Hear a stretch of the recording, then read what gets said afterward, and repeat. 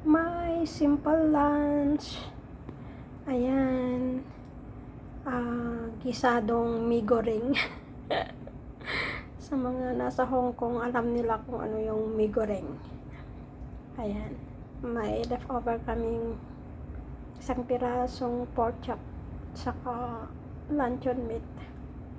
Ayan. Kaya nilagyan ko ng gulay at saka sahog yung mee goreng. Ito ang lunch ko. Tsaka nagprito na rin ako ng isang itlog. Parang pansit batil patong na rin. Kaso lang ibang version. So ayan ang aking simple lunch.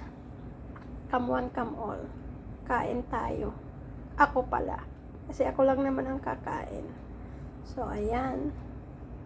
Buhay OFW. Ayan ang pagkain. Kung ano ang meron, siya ang pagkain.